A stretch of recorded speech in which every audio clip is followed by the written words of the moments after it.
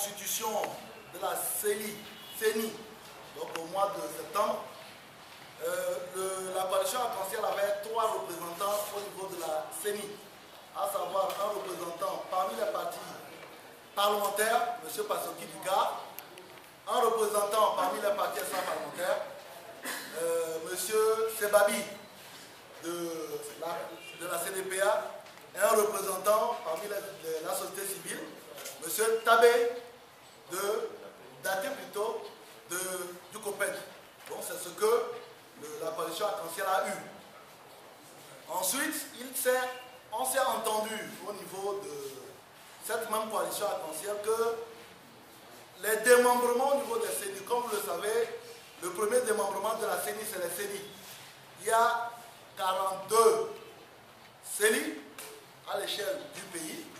Donc, ces démembrements-là, au niveau de la coalition arc-en-ciel, les partis parlementaires à la coalition arc-en-ciel, vous en avez 2, le PDP et le CAR, allaient disposer des CENI qui reviennent au notre représentant parlementaire, ça va le CAR.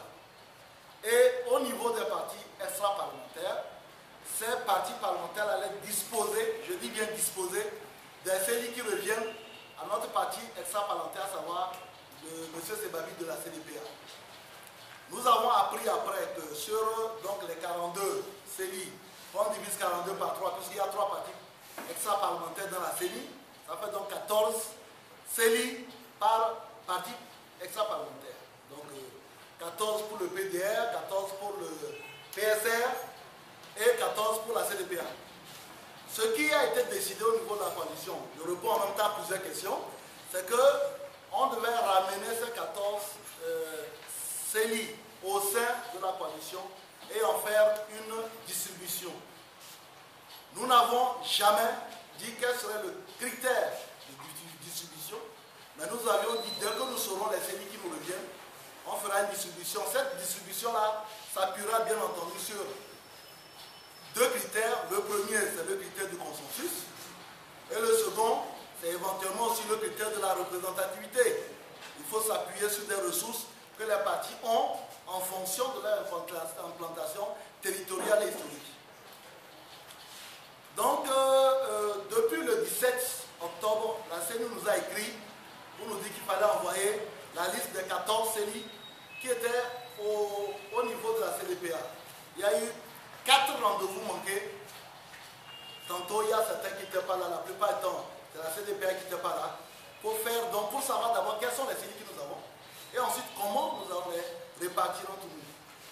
C'est le 18 novembre que nous avons été, au soir, après avoir raté donc 3 rendez-vous, que nous avons été contactés par la secrétaire générale de la CDPA qui nous informe que il faut rapidement envoyer les noms et que la CDPA avait décidé d'octroyer une CENI aux 3 autres partis, à savoir l'UDS, la Santé du Peuple et le NET, et qu'il fallait urgemment envoyer un nom et que nous, finalement, la CDP avait décidé de nous attribuer la CENI de Bassa et qu'il fallait envoyer un nom. Ça a été un appel rapide, la secrétaire était à une autre réunion, donc elle a dit qu'elle nous appellerait plus tard. Comme ceci ne correspondait ni à ce qui avait été décidé au niveau de la conseil, c'est pour ça que je réponds à plusieurs questions en même temps, nous avons automatiquement contacté les autres présidents qui étaient concernés donc par la partage et par la distribution des sièges des partis extra-parlementaires, à savoir Santé du Peuple et l'UDS de Antoine Fouli. Tous les deux, d'abord l'UDS d'Antoine Fouli a reconnu en même temps cette nuit-là que ça ne faisait pas partir de ce qui avait été résolu, qu'il avait été aussi saisi par la secrétaire générale et qu'il allait la recontacter pour voir exactement pourquoi est-ce que les choses avaient changé. Le lendemain, la secrétaire générale m'a rappelé pour dire qu'il fallait envoyer de noms. Et c'est en ce moment que nous lui avons rappelé que sur le principe de consensus qui avait été adopté, il n'était pas question de faire 14 divisé par 4 égale 1. Voilà, c'est-à-dire qu'on ne pouvait pas diviser 14 par 4. Et avoir 1, on peut avoir 2, on peut avoir 3. Suivant des critères objectifs à la limite, mais que nous souhaiterions qu'on nous explique en quoi de 14 divisé par 4 ça fait 1 Et pourquoi est-ce que c'est la CELI de Bassa qui devenait honnête? On nous a dit que c'était comme ça, qu'il fallait absolument envoyer un nom, et nous avons dit que si c'en était ainsi, nous nous désolidarisions de ce processus et que nous n'enverrons pas de nom du tout. Ce que nous avons fait, dans la semaine, nous avons contacté Santé du Peuple, le PDP, qui était à l'époque le coordinateur, qui nous a dit qu'il ne s'occupait pas des questions des partis extra-parlementaires, et de l'UDS qui a fini par reconnaître qu'on subissait une situation qui n'était pas normale, mais qu'on n'avait rien, qu'on ne pouvait absolument rien faire par rapport à cela. Donc vous avez avec vous la copie du courrier que nous avons envoyé, où nous demandions à la coalition Arc-en-Ciel qu'il fallait réparer ce tort qui était fait d'abord honnête, et nous supposions aux autres partis, parce que quand vous êtes dans une alliance politique, vous partagez les mêmes difficultés, vous devez aussi pouvoir partager les mêmes ressources.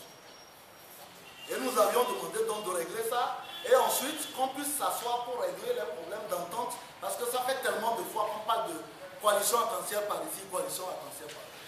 Nous avons encore mieux fait.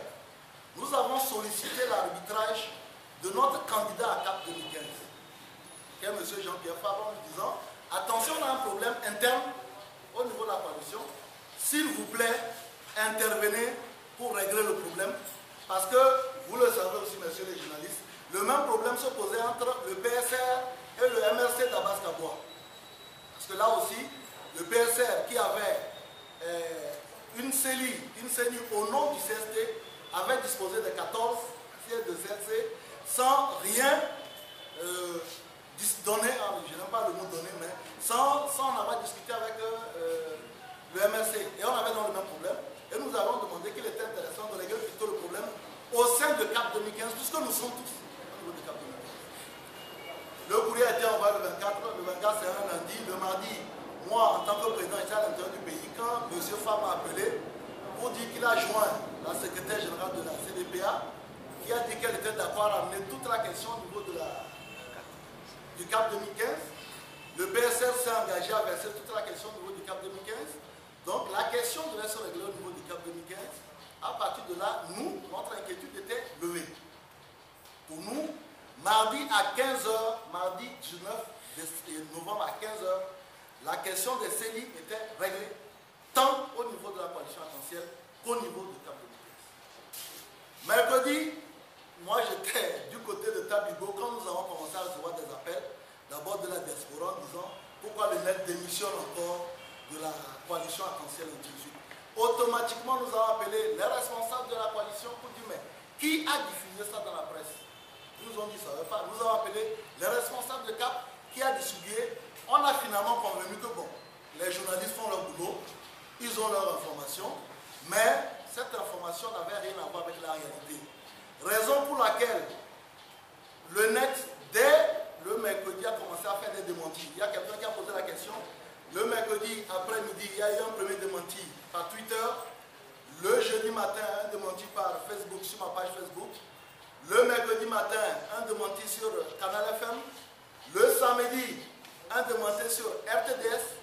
Et le lundi suivant, un second démenti sur Canal FM en tant qu'invité de journée.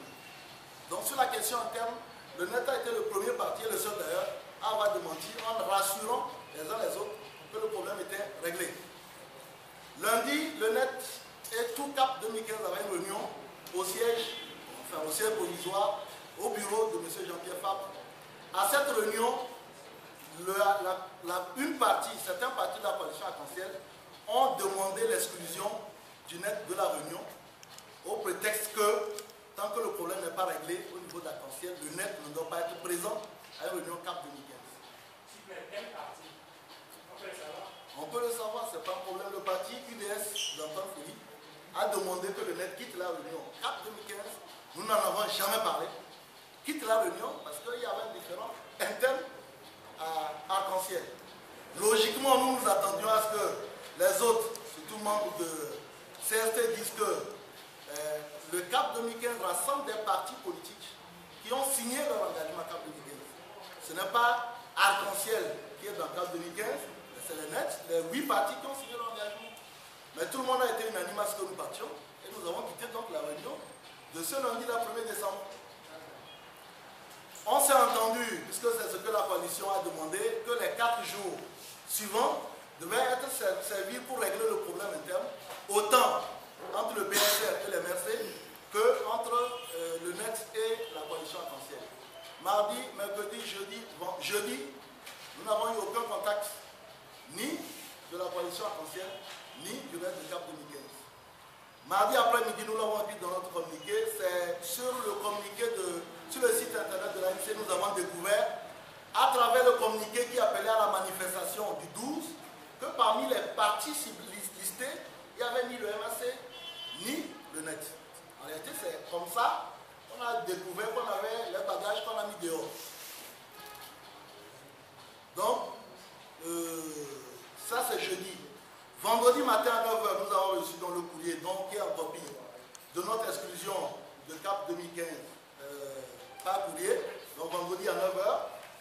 Et vendredi, le matin, nous avons eu un SMS de la part de notre candidat CAP 2015 qui nous appelait à une réunion. Donc c'est en ce moment que moi j'ai appelé notre candidat pour lui dire mais comment est-ce que nous sommes exclus des activités et vous nous invitez à une réunion puisque nous sommes supposés ne même plus faire partie de CAP 2015. Nous avons écrit sur notre communiqué, on nous a dit qu'on allait nous rappeler depuis vendredi 8h35 que nous avons eu une communication téléphonique avec M. Jean-Pierre Farr qui nous a dit je vous reviens dans la journée pour vous dire de quoi il en est. Nous sommes aujourd'hui mardi 9, nous n'avons jamais de contact avec aucun membre de CAP 2015. Hier, il y a une réunion de CAP 2015, ni, bon, je ne vais pas parler au nom du MRC, il fera ça au conférence de presse après, mais nous n'avons pas été associés à cette réunion. Donc, voilà à peu près la situation, assez brève, parce que ça répond à beaucoup de questions. Au niveau de CAP 2015, le net a été exclu, mais bon, avec une notification. Et au niveau de Arc-en-Ciel, le net a été exclu avec une notification. Et au niveau de CAP 2015, le net a constaté qu'il était exclu. Donc ça répond à la question de celui qui il est parti, je ne sais plus, Joachim, il est parti, qui voulait savoir combien de sièges. Quelqu'un qui a demandé si le net est démissionnaire en série. Je vais aussi répondre assez rapidement à cette question. Le net est né le 26 avril 2012. Nous avons commencé à faire nos activités sur le terrain. Nous avons été approchés par des partis qui étaient là depuis pour dire nous voulons créer une coalition alternative, rentrez, venez travailler avec nous. Notre vice-président est là. On a accepté, nous avons perdu certains de nos militants, y compris même 3 membres de notre bureau, qui ne voulaient absolument pas rentrer dans des regroupements parce que, à l'origine, vous êtes tous là, le maire disait faisons la politique autrement. Mais nous avons dit l'union aussi fait la force, allons, travaillons. Nous étions à 3 mois, 2 mois et demi de travail au sein de la coalition Arc-en-Ciel. Le NET faisait sa première sortie à l'intérieur du pays et installait ses fédérations quand la coalition Arc-en-Ciel a décidé de s'associer aux manifestations du CST. Nous étions à l'intérieur du pays. La déclaration a été faite à l'insu des organes, de l'organe principal du NET. Une fois que nous avons été formés, avant que le communiqué ne passe à la presse, nous avons demandé à la coalition Arc-en-Ciel d'appeler plutôt les partis qui étaient à présent nommés et qui voulaient aller à la manifestation, d'appeler que les partis appellent à la manifestation et nous permettre, nous, d'installer tranquillement notre base avant de rentrer dans la danse. Il nous a été interdit de faire ainsi et on nous a dit, si nous décidions d'en faire à notre tête, ce sera notre fin politique. C'est ça qui nous a amené à quitter la première fois. Après les élections, je vous le dis ici, en présence de tous les journalistes, c'est aussi les partis de la coalition Arc-en-Ciel qui sont venus nous voir pour nous demander de revenir à la coalition.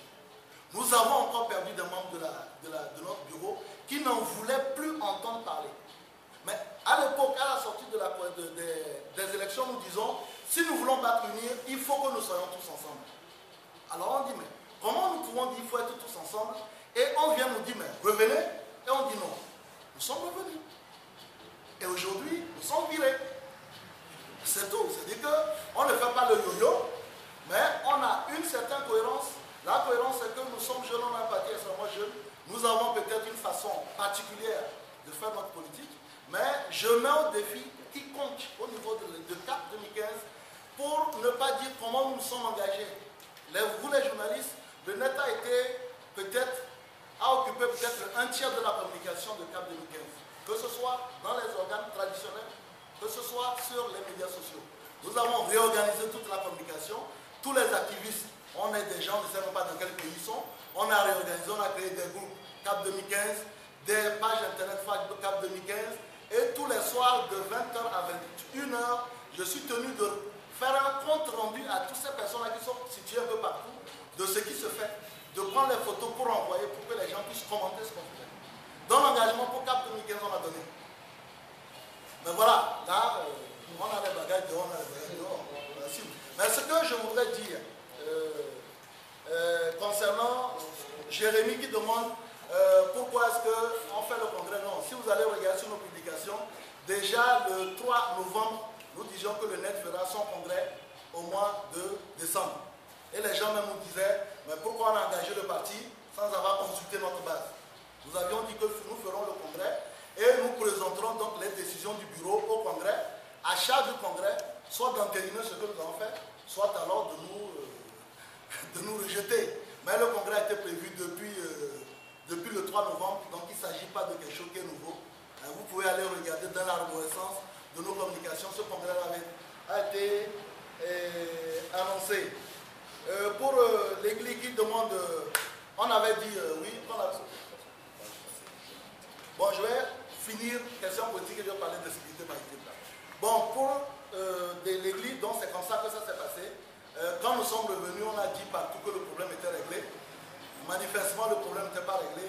Que bon, voilà. On avait déjà prévu qu'on nous mettrait dehors. Je vais répondre à la dernière question concernant celui qui a demandé si nous sommes une taupe. Une taupe, c'est quoi? C'est un agent double. C'est un agent secret. Une taupe, un agent secret, c'est quelqu'un qui est dans une organisation et qui recueille les informations au profit d'une autre organisation. Son maître mot et son mode opératoire, c'est quoi? C'est la discrétion. Quand vous êtes une taupe, vous ne la ramenez pas. Parce que vous devez être bien implanté dans le corps étranger dans lequel vous êtes, recueillir les informations et envoyer à la puissance que vous servez. Donc, si nous sommes une taupe, on ne sera pas les premiers à dire on démissionne si on ne nous donne pas ce qu'on veut. Puisqu'en réalité, ce n'est pas eux qu'on sert. Donc, moi j'entends de temps en temps, oui, mais le net n'est pas une taupe. Mais si le net est une taupe, le net se fait transparent pour pouvoir recueillir les informations. Nous étions chargés de la communication du CAP 2015.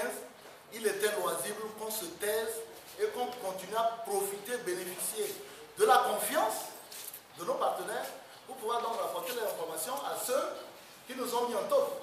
Il y a une antinomie entre cet argumentaire qui consiste à dire oui, vous savez, c'est dommage parce que dans notre pays, les questions de passé, moi, vous savez, je suis un ancien militaire, je ne peux pas effacer ce passé-là.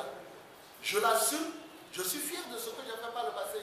Si quelqu'un trouve éventuellement que Bruno ici présent ou moi, on s'est rendu responsable ou coupable de forfaiture, ben, on va le régler à la justice. Mon père est le sceau, je ne peux pas le nier, c'est vrai, c'est une réalité, j'en suis fier. Ma mère est de Bia, j'en suis fier. Donc, les clivages, les étiquettes, ou sous le prétexte que quelqu'un a tel passé, quelqu'un est d'ici, quelqu'un de FSA, donc c'est forcément quelqu'un de pas très net, ça ne nous grandit pas dans l'opposition togolaise, c'est une réalité, ça ne nous grandit pas. Il faut regarder ce que nous faisons, au lieu de regarder ce que nous sommes, ce que nous avons été, ou d'où nous venons, parce que ça ne nous grandit pas du tout. Pour finir maintenant sur la sécurité maritime, aujourd'hui le Togo a deux spécificités. C'est qu'avec la croissance de l'activité au niveau du port, le trafic maritime est très important autour de notre port. C'est d'ailleurs le seul port en eau profonde. La deuxième spécificité, c'est que nos forces armées ont plutôt une bonne réponse. Sur la sécurité maritime. Mais il faut que cette réponse soit sous-régionale. Il faut faire en sorte, et c'est pour ça que je trouve heureux que l'année prochaine, le Togo abrite la conférence internationale sur la sécurité maritime. Il faut faire en sorte que de tout le golfe de Guinée puisse concerter, avoir une force peut-être d'intervention sous-régionale pour faire en sorte que l'augmentation du trafic qu'on a sur le port d'Abidjan, sur le port de Lomé, sur le port Atema, sur le port Arco, mais que ce trafic-là puisse augmenter du fait de la sécurisation des eaux territoriales de l'ensemble de ces pays-là. Mais nous avons un savoir-faire qui est bien, il faut pouvoir l'améliorer et l'agrandir. Je ne sais pas si j'ai répondu à toutes les questions et si mes camarades veulent répondre à d'autres questions.